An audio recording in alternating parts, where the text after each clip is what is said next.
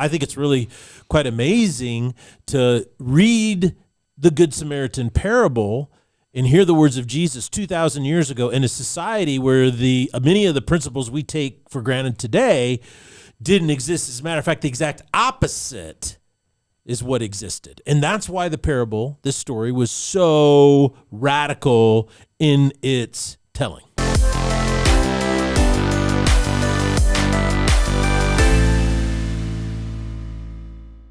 Ladies and gentlemen, welcome to the Salty Pastor Podcast. Our goal is to help you grow in your faith. A strong faith is the foundation for every good thing in your life. It guides you through tough times. It encourages you every single day. And a strong faith will make the good times even better because it is faith that brings life meaning. Your faith is the primary factor in growing emotionally strong, and it gives you guidance on how to love the most important people in your life. It keeps your relationships healthy, and it helps you avoid toxic ones. So we are here to help you grow a strong and powerful faith. My name is Maher. I'll be your host, but we cannot do this without the Salty Pastor himself, Dr. Douglas Peake. Well, welcome everybody. Boy, I like that phrase where you said that it helps keep your relationships healthy and avoid toxic ones. Yes, that's absolutely what faith is all about. And so we're here to help you grow your faith so that you know what you believe and why you believe it. Absolutely. And we are in the midst of our Moral of the Story series, which is all about the various parables that Jesus told. And I know I've really been enjoying them because they're so applicable. And once you kind of understand what they're about, he is speaking such great truth into our lives, right? And we are moving on to a new one this week, and we are going to be digging into the parable of the Good Samaritan. This is one of the most popular parables in Christianity, and its lessons are pretty significant. Our hope is that today, during the Salty Pastor Podcast, you'll discover how radical this parable was during the first century when it was told. Because nowadays you think of the phrase Good Samaritan and you're like, oh, that person's a good Samaritan. And it's just sort of nomenclature that we have that we don't even think about. But it had very different connotations back in those days. So talk to us a little bit about that. So many of the principles that we take for granted today in America did not exist at all in the first century. As a matter of fact, a lot of people don't realize that a lot of the principles or values about, hey, we accept people regardless of their race or their ethnicity, and everybody should have the same opportunity or chance. We don't judge people by the color of their skin or their accent or anything at all. It's about, well, are you a good person, and do you work hard, and you take responsibility for yourself? Well, these types of ideas are pretty new. I mean, when you look at, anywhere from 8 to 10,000 years of human history, well, probably 7,000 of recorded human history, is that, you have about 240 years of that, right? And even you can't even say that America was that way in its inception, right? Not at all. And so maybe if we're really going to have a high estimate, 100 years worth of this ideal, right? And so I think it's really quite amazing to read the Good Samaritan parable and hear the words of Jesus 2,000 years ago in a society where many of the principles we take for granted today didn't exist. As a matter of fact, the exact opposite is what existed. And that's why the parable, this story, was so radical in its telling. Yeah, let's read through it, and then you can kind of give us some context and help us understand why it was so radical. We're starting in Luke chapter 10, verse 25, and it says, "And a lawyer stood up and put him to the test, saying, 'Teacher, what shall I do to inherit eternal life?' And he said to him, 'What is written in the law? How does it read to you?' And he answered, 'You shall love the Lord your God with all your heart and with all your soul and with all your strength and with all your mind, and your neighbors as yourself.' And he said to him, 'You have answered correctly. Do this and you will live.' But wishing to justify himself, he said to Jesus, 'And who is my neighbor?' Jesus replied and said, 'A man was going down from Jerusalem to Jericho and fell among robbers, and they stripped him and beat him and went away, leaving him half dead. And by chance, a priest was going down on that road, and when he saw him, he passed by on the other side. Likewise, a Levite also came by, and he came to the place and saw him and passed by on the other side as well. But a Samaritan who was on a journey came upon him, and when he saw him, he felt compassion and came to him and bandaged up his wounds, pouring oil and wine on them. And he put him on his own beast and brought him to an inn, took care of him. And on the next day he took out 2 denarii and gave them to the innkeeper and said, "Take care of him, and whatever more you spend when I return, I will repay you. Which of these three do you think proved to be a neighbor to the man who fell to the robbers' hands?" And the man said, "The one who showed mercy towards him." And Jesus said to him, "Go and do the same." Well, I think it's really important as we dig into this to just kind of try to get the flavor of what's happening in this event, this circumstance. And so the setting is a lawyer, right? Okay. So this is a person who is like a scribe.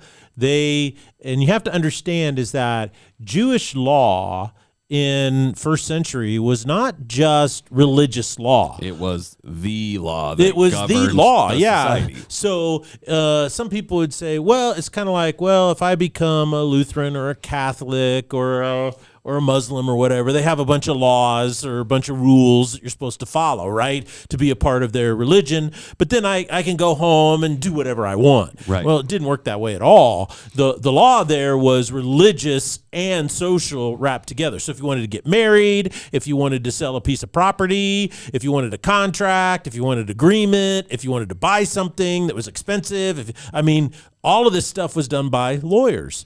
And so what this lawyer was doing is he wasn't just saying, he was trying to trap Jesus. He was trying to get Jesus to reveal this, that he didn't have a high regard for the law, not just the religious law, but the social law as well. And in doing so, if he get Jesus to kind of show that he was like a revolutionary or he didn't, respect the law, then the entire leadership in society, whether it be Roman or Jewish, could cancel him, basically. Oh, we're here to cancel Jesus. Ultimately, they did try to cancel him, But however, it's really interesting because Jesus actually reverses the trap on the guy.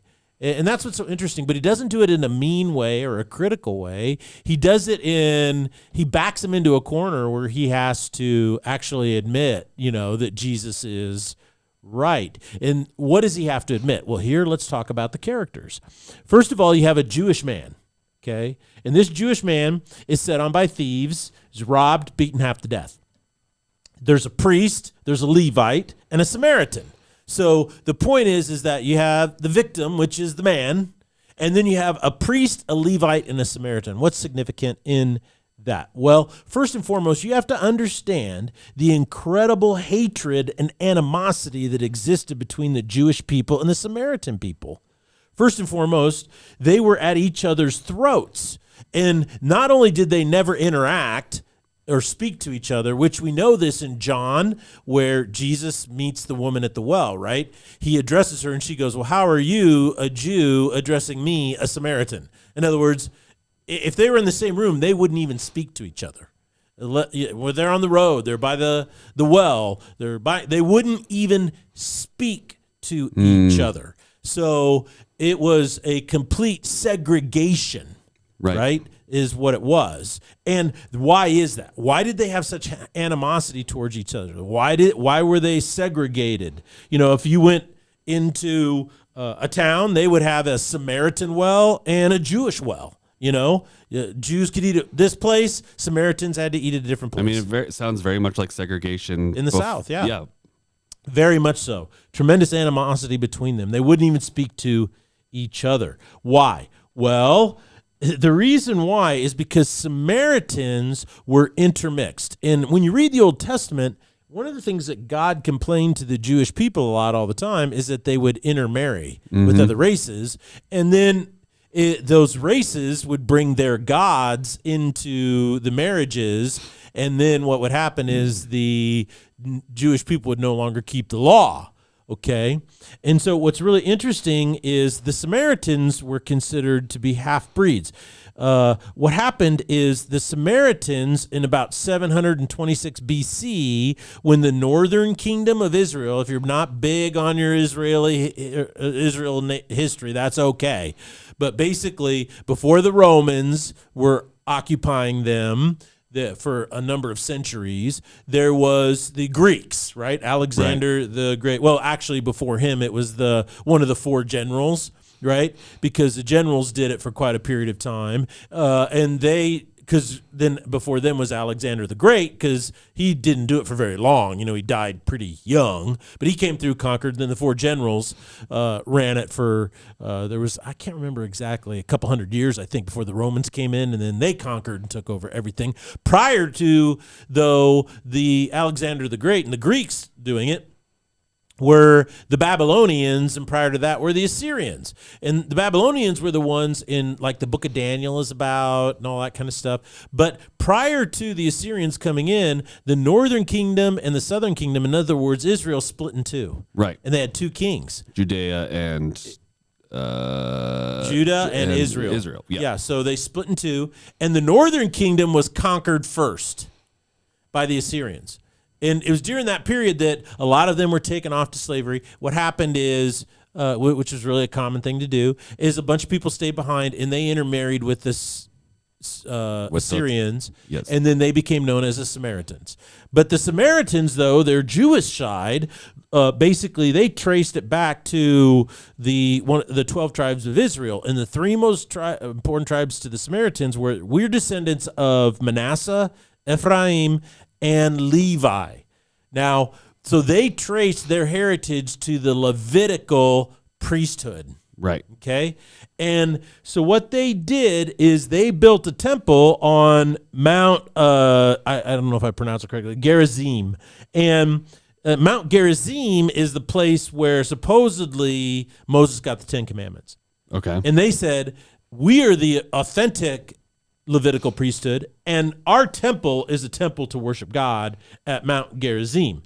And of course, the Jews were like, no, we're the authentic Levitical priesthood, and we're supposed to worship at the temple built on by, on the Temple Mount in Jerusalem. The Temple Mount in Jerusalem.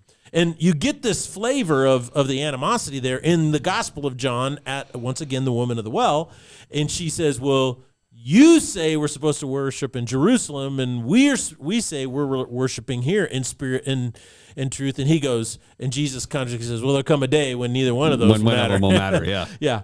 And so, but the reason that why this temple worship is such a big deal is because what happened is the Jews destroyed the Samaritan temple because they felt it was a desecration. Okay. All right.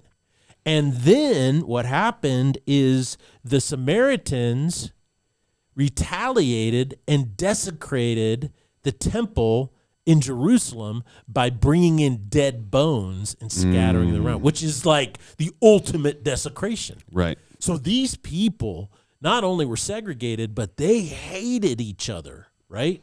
Tremendously. And Jews in particular, hated the Samaritans probably more than the Samaritans hated Jewish people. And so that's what's really fascinating. So now you have these three characters, right?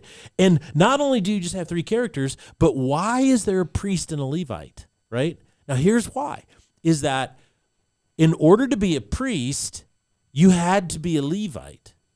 Right. But just because you're a Levite doesn't mean you're a priest. Yes. Right? But if you're a Levite and not a priest, guess what you were? You were a temple worker. So you either worked on the temple, you were a craftsman, and you maintained the temple, you built the temple, or you played music and instruments in the temple. The temple was your life. The temple was your life, right?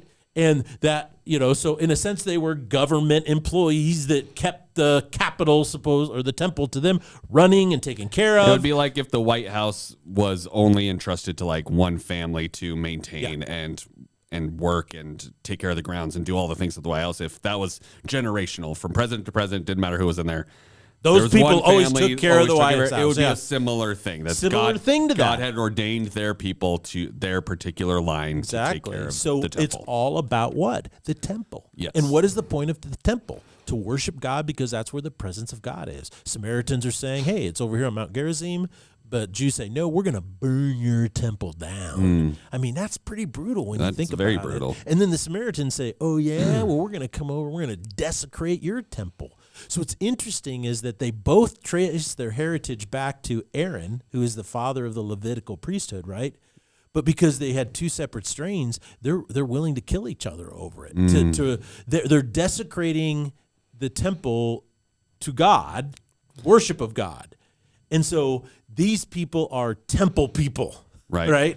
And what happens is they're coming down. Now, a lot's been made that says, well, the reason why the Levite and the priest didn't help is because they didn't want to be unclean. Right, because blood, I mean, in his beating, he was probably bleeding. Yeah. Which by helping or him. Or maybe dead. Yeah. I mean, they thought, well, maybe he's dead. And so approaching him and getting any kind of that on them would have made them unclean. And there's a whole ceremony you have to go through in order to do. But the issue there is that this is not accurate. And the reason why is, number one, is it says Jesus says they were coming down from Jerusalem to Jericho. So what happens is you had to be ritually clean to go up to the temple to perform your duties. All right. But now they're coming down. So they're done. And for the priest, they're done for the year. Right? So there's plenty of time to repurify if that was the case. But the law actually states that to stop and help a Jewish person that's in need or in trauma like that doesn't make you unclean, you see? And so what's fascinating about it is they could have stopped and helped, and they would have used the law to say, I did what was right. Right. Or they don't have to help, and they would use the law to say, well, I didn't want to be unclean. So in other words, the law could be used to justify either decision. You could interpret it either way to make it justifiable. For whatever your decision is. So that's really not the point of the parable. The point of the parable is that the Levites and the priests, who were temple people, saw a Jewish person, and they chose not to help. The law didn't really bar them from that. And then the Samaritan, who had no legal obligation, no moral obligation, no ethical obligation to help. As a matter of fact, the Samaritan should do the opposite. I mean, it'd make perfect sense to the people hearing the story that the Samaritan went over there and finished the guy off. Right. That's what people might have expected, right? But it's really fascinating because right there in verse 33, it says, the Samaritan who was on a journey came upon him, and when he saw him, he felt compassion. And the Greek word for compassion here means moved in your gut. So it wasn't just oh my goodness, it was that, oh my gosh. It was, just totally overwhelmed, you see. And so what does he do? He bandages up his wounds. He pours oil and wine on them, which is wine and disinfectant, and the oil to kind of try to spur healing and keep it from bugs and things getting inside of it. And so he puts him on his own beast. He brings him to an inn, and he took care of him. And what's really fascinating is in the Old Testament, there's a reference that when it says to be a neighbor, right? And people don't understand the golden rule that Jesus said, love your neighbor as yourself, because that's a reference in the Old Testament that says those who are worthy of salvation are good neighbors. See, so you see this being carried throughout the scriptures. And here he says this, he goes, who is your neighbor? He says, who's my neighbor? And so then Jesus says to him, look, who is the neighbor? So in the Gospel of John, if we can zip up over to there, where Jesus speaks to the woman at well, we see how ingrained this hatred is between them, so that they had come to the point where I don't consider them my neighbor, right? But he says, your neighbor is not based on ethnicity, right? It's based on what? How you act in the moment. He's moved by compassion. So it's really quite interesting that the whole point of the parable is addressing this hatred, right, between these two races, when referring to the Old Testament passage that says the neighbor, the good neighbor, is worthy of blessing or salvation. Yeah, I'm really excited for Thursday's podcast, because I think we don't have the same segregation ethnically anymore in America. We do morally.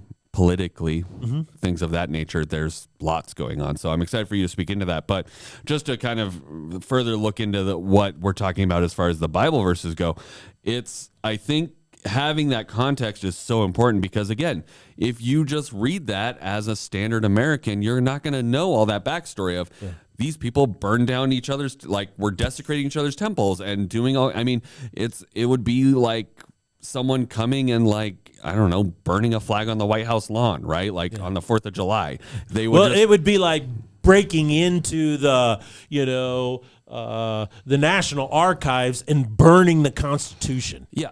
If you were to burn a flag on the White House lawn, that's not good. You're not going to win any friends. But breaking into the National Archives and burning our Constitution, them's fighting words. Those are fighting words. And I think that's understanding that rivalry. It's the same thing that I sort of discovered while I was in Israel. If, you hear the phrase peace in the Middle East and you're like, well, they're just having a spat over there, right? Yeah. But, our guide really walked us through, okay, well, this happened and then these people did this to these people and this happened to this. And it's like, oh, it's not that simple. There's wrong going around on a lot of sides and everybody's acting real dumb. Yeah, because it's a sin issue and we're prone to making bad choices. And so which is a good point. Dig into that real quick. And that is a sin issue is that the taint of sin, the cancer of sin brought into the world by Adam, and is passed on to all of us because all have sinned and fallen short of the glory of God. What does the sin in us do when it comes? What does it cause us to do? Let me phrase the question this way. When we see people that are really different than us, it causes us to consider them other, right? Like, and that's the worst thing. And we see that even in this story of, well, Samaritans are others. They are not my neighbor. They're not worth saving or helping because I have no obligation to them. Or in vice versa, right? The Samaritans probably thought the same thing about it. It's like, I have no obligation. They treat me as a foreign thing that has no whatever, and so I'm not going to do anything to step out of my way. And this one man who in the story chooses to bypass all the garbage and say, I'm committed to help. And what moved him to help? I mean, it's got to be a spirit thing, right? Like, we didn't have Holy Spirit at that time because Jesus is still alive, but God and a lessening of himself, which is sin, and looking to what God has called us to do. So what overcomes the natural inclination of sin in us causes us to keep distant, treat them as other, but the emotion that he experienced that overcome that and brought the best out of him was compassion. Right. And what exactly is compassion? It's feeling for I don't have a Webster dictionary, but it's you feel and empathize and have care for someone that benefits you in no way. And you understand and you feel for them, right? Yeah. Something of that nature. Exactly. Well, put it this way is, you've talked about this in the past, about how your parents weren't together, right? And that your father was absent. So you do a camp where you're the dean, right, of all of these, 4th and 5th graders? Yep. Okay. And at that, so you see a boy, right, a young boy that has, maybe some behavioral issues or some problems in that you've never met him before, but you said, oh, I got to deal with this as the dean, right? Mm-hmm. And the person from the town that brought him says, well, he's grown up without a father. Right. How does that impact you? I empathize and understand why he may be acting out. You're moved to compassion, yes. Right? So isn't that interesting? Is that if we have experienced something, we're moved to compassion about that thing more than something else, right? Mm-hmm. Like, for instance, how moved to compassion are you for a rugby player that gets put in a penalty box? Zero compassion. Because you don't know. Right. Maybe he deserved it. I don't know. Yeah. Right? I don't know the rules of rugby. I don't know he was doing something back. I don't know. I have no experience. I don't know anything, I don't know. I don't even know if he did something wrong. Maybe he had deserved it. I don't know. But when I've experienced that, right, something, and then you're moved to compassion, right? You're moved to compassion. I think that's critical because You got to notice these things that Jesus is really doing. He's, like I said, is that a lot of the parables, the lesson in the parable, and sometimes we miss this, is the contrast of the characters involved. We're supposed to look at the different characters and contrast them with one another.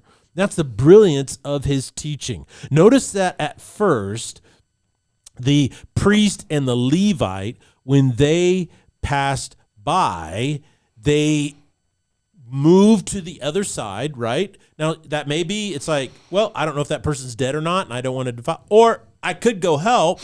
But what happened is it was a fellow countryman, a fellow Jew, and it would be obvious because Jews were known by their haircut, the clothes they wore, Right. all that. I mean, there was no question that person is Jewish. But what's fascinating is that the Samaritan had every reason not to help. He had every right not to help.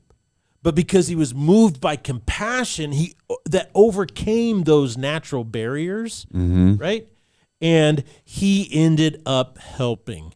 And I think what's interesting is that when it comes to the implication of this parable, we'll talk about that in just a second, but is that it's our compassion, right? And sometimes as followers of Christ, it's our redemption that helps us have compassion and move to our better selves, even against our greatest enemies.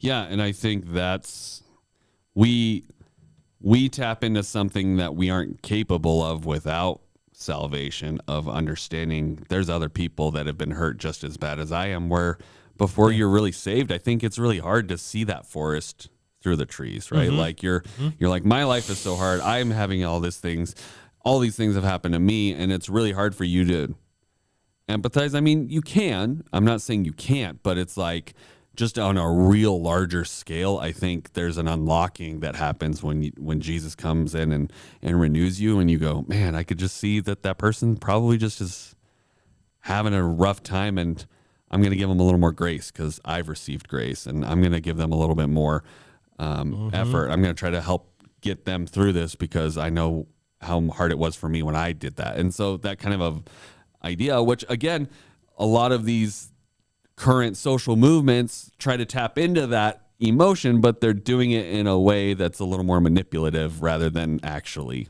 caring. They're using it to perpetuate ideas rather than. I really like the way you phrased it. In that is that when you're a victim, you're focused on yourself. This is the problem with feeling like a victim, being convinced you're a victim, thinking you're a victim. That mindset robs you of compassion. It robs you of the thing that makes you more human than anything else. The sentient part of your consciousness is called transcendence. And that's the one unique thing about human beings is we have a capacity to say, I can walk in a mile in your shoes. I don't actually have to put it on, but I can see, and then I can almost transcendently put myself in your situation and see how you would see it from your perspective.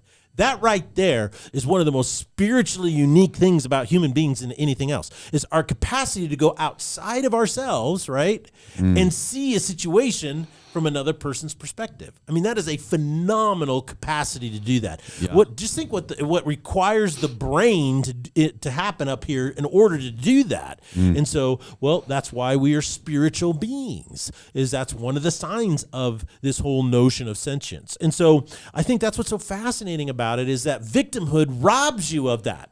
Right. The thing that makes you altruistically human is robbed. Because all you think about is, well, I'm a victim. I can't have compassion for anybody else who's experienced the same thing because all I care about is my own hurt, right? And I lash out. So the implications of this parable is that the gospel of Jesus Christ has no ethnic barriers.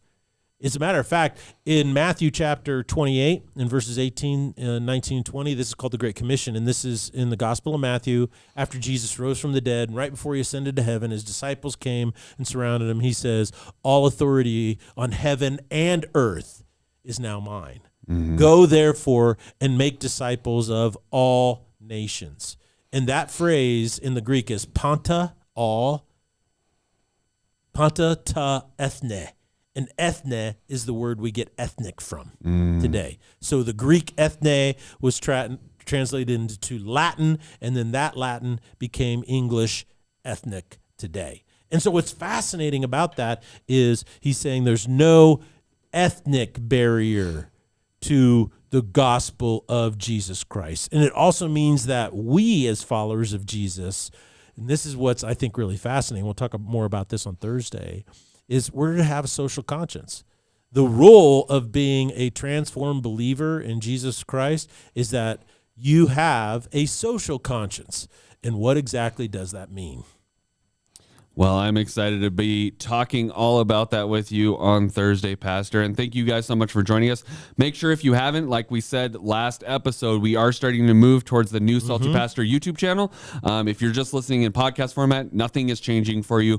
But if you enjoy seeing our smiling faces as you listen to the podcast, we do encourage you to be subscribing on the new Salty Pastor podcast YouTube channel so that you can stay keeping all of these episodes and being able to get them each and every week. At the end of July, they will not be coming out on the Foothills channel anymore. They will be only on the Salty Pastor channel. So make sure you get subscribed early so that you don't forget and miss this episode by accident. So thank you guys so much, and we'll see you on Thursday here on the Salty Pastor Podcast. Blessings.